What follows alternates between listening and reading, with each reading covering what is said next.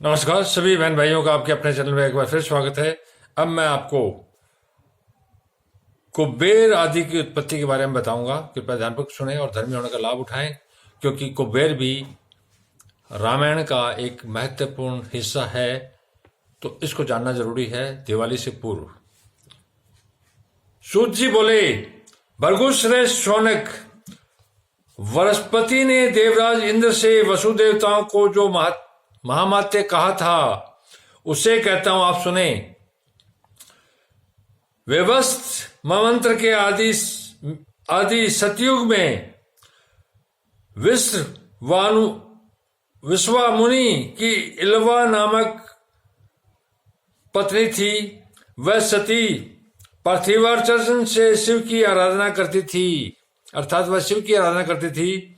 इसी समय दीक्षित कुल में उत्पन्न यक्ष शर्मा नामक एक द्विज यक्षिणी पूजन में रत था।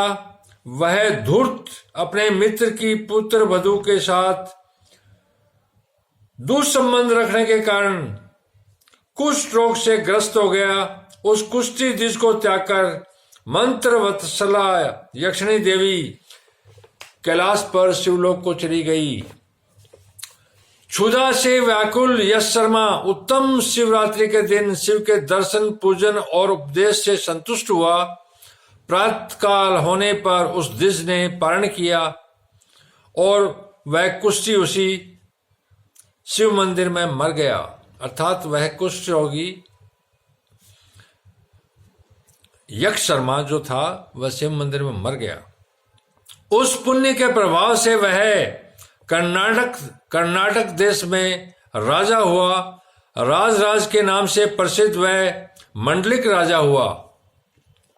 प्रतिदिन उस महाबली राजा ने शिवार्चन अर्थात शिव की अर्चना आदि मंगल कार्य ब्राह्मणों से कराए और 100 वर्ष तक पृथ्वी पर राज्य किया। राजा ने अपने श्रेष्ठ पुत्र को राज्याधिकार देकर काशी आकर भगवान शिव को संतुष्ट किया। 3 वर्ष बीतने पर ज्योति के रूप में ज्योतिर्लिंग से महादेव प्रकट हुए, अर्थात ज्योति के रूप में अग्नि के रूप में महादेव जी प्रकट हुए। वे शिव राजेश्वर के नाम से प्रसिद्ध हुए। भगवान शिव द्वारा पवित्र वह राजा प्राणों का परित्याग कर इल लाके गर्भ में आकर घोर अंधकार से आच्छन्न रात्रि की कुछ वेला में पुत्र के रूप में उत्पन्न हुआ, अर्थात अंधेरी रात में आच्छन्न रात्रि की कुत्सित वेला में पुत्र के रूप में उत्पन्न हुआ। अतः वह कुबेर नाम से प्रसिद्ध हुआ। जब कुबेर का जन्म हुआ तो कुत्सित रात्रि अंधकार, घोर अंधकार था, इसीलिए इसका नाम कुबेर पड़ा। वह शुभ लक्षणों से संपन्न था। उस बालक ने तप के द्वारा परमेश्वरी ब्रह्मा जी को प्रसन्न किया।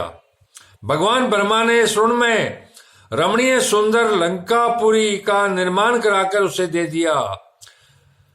जब ब्रह्मा जी उससे कुबेर से प्रसन्न हो गए तो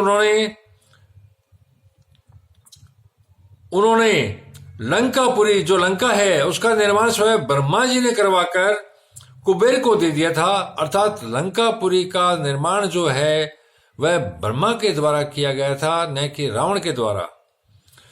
कुबेर 3 करोड़ यक्षों का स्वामी यक्षराट के नाम से प्रसिद्ध हुआ। उसके आदेश में निवास करने वाले अनेक रूप वाले किन्नर थे। गुहकों के स्वामी स्वयं भगवान कुबेर थे। रावण को जब पता लगा कि लंका आरंभ से ही राक्षसों की पुरी रही है और कुबेर ने उस पर बलात् अधिकार जमाकर अपने सेवक यक्षों को बसाया है, तो उन्हें वहां से मारकर भगा दिया। जब रावण को पता लगा कि लंकापुरी शुरू से ही राक्षसों की पुरी रही है, तो उन्होंने यक्षों को वहां से मारकर भगा दिया रावण ने, और स्वयं अपनी राजधानी बनाकर वहां का राजा हो गया। जब यक्ष भाग गए तो कुबेर को भी वहां से अपने जान बचा के भागना पड़ा, क्योंकि रावण का खौफ इतना ज्यादा था। और स्वयं रावण ने लंकापुरी को अपनी राजधानी बना ली और वहां का राजा हो गया। इससे दुखी हो कुबेर ने दुख नाशक, जो दुख का नाश करने वाला शंकर है, उनकी शरण ली, भगवान शंकर की। भगवान हर ने कुबेर के साथ सुंदर मैत्री कर ली और विश्वकर्मा ने अलका नाम की पुरी की रचना की। सज्जनों को मंगल देने वाले कुबेर ने उसे सहज प्राप्त कर लिया। अर्थात जब कुबेर ने भगवान शिव की शरण ली तो उन्होंने विश्वकर्मा को आदेश दिया और उनसे एक अलकापुरी नाम की अलगपुरी बचा दी और कुबेर ने उसे स्वीकार कर लिया। यह सुनकर संसार को रुलाने वाले राक्षस राज रावण कैलाश पर्वत पर आकर भगवान शंकर की तपस्या करने लगा। यह जब उसने सुना कि कुबेर को अलकापुरी नामक नई पुरी दे दी है भगवान शंकर ने, तो वह भी आकर भगवान शंकर की कैलाश पर्वत पर तपस्या करने लगा। तब अहंकार देवता भगवान रुद्र प्रसन्न होकर जैसे कुबेर के मित्र थे वैसे ही रावण के मित्र हो गए और एक एक सिर से करोड़ों सिर उत्पन्न होने का उसे वरदान दे दिया। अब देखिए, रावण दशानन कहलाता है, तो यह वरदान शिव का दिया हुआ था। जो रावण के अंदर शक्तियां आई, जो राक्षस प्रवृत्तियां, जो राक्षसी शक्तियां आई, असुरी शक्तियां आई, वो सारी भगवान शिव के वरदान से मिली थी उसको। देवादिदेव के प्रसाद से उनका शरीर भी वज्र हो गया, अर्थात शरीर भी रावण का पत्थर की तरह कठोर हो गया।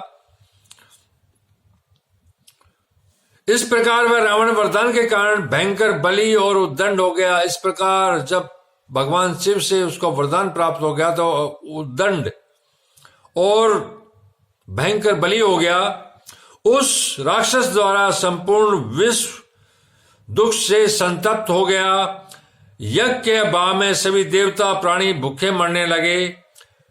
ब्रह्मा को आगे कर क्षीर सागर में जाकर दुखी सभी देवगणों ने एकत्र हो परमेश्वर को संतुष्टियों से संतुष्ट किया। अर्थात ब्रह्मा को आगे किया और सारे देवताओं ने एकत्र हो परमेश्वर भगवान विष्णु को संतुष्ट किया। तब सगुण निर्गुण हरि ने प्रसन्न होकर देवताओं से कहा, देवगणों, मेरी आज्ञा से आप लोग सनातनी विष्णु माया की शरण में जाकर जगत के कल्याण के लिए प्रार्थना करें। तब भगवान हरि ने, अर्थात भगवान विष्णु ने प्रसन्न होकर देवगणों से कहा, मेरी आज्ञा से आप लोग सनातनी विष्णु माया, कौन है विष्णु माया? देवी दुर्गा का रूप है, शरण में जाकर जगत के कल्याण के लिए प्रार्थना करें। तब भगवान विष्णु ने उन देवताओं को आदेश दिया कि तुम जाकर सनातनी, जो सदा से रही है और सदा तक रहेगी, उस देवी विष्णु माया की शरण में जाकर जगत के कल्याण के लिए प्रार्थना करे। तो भगवान विष्णु के अवतार के रूप में राम और शक्ति के रूप में सीता का अवतार ऐसे ही नहीं हुआ, इसी कारण से अब अवतार होगा। वो आगे के मैं वीडियो में आपको बताऊंगा। तो आप लगातार आप इस मेरे चैनल पर बने रहे। धन्यवाद। आपका दिन मंगलमय हो।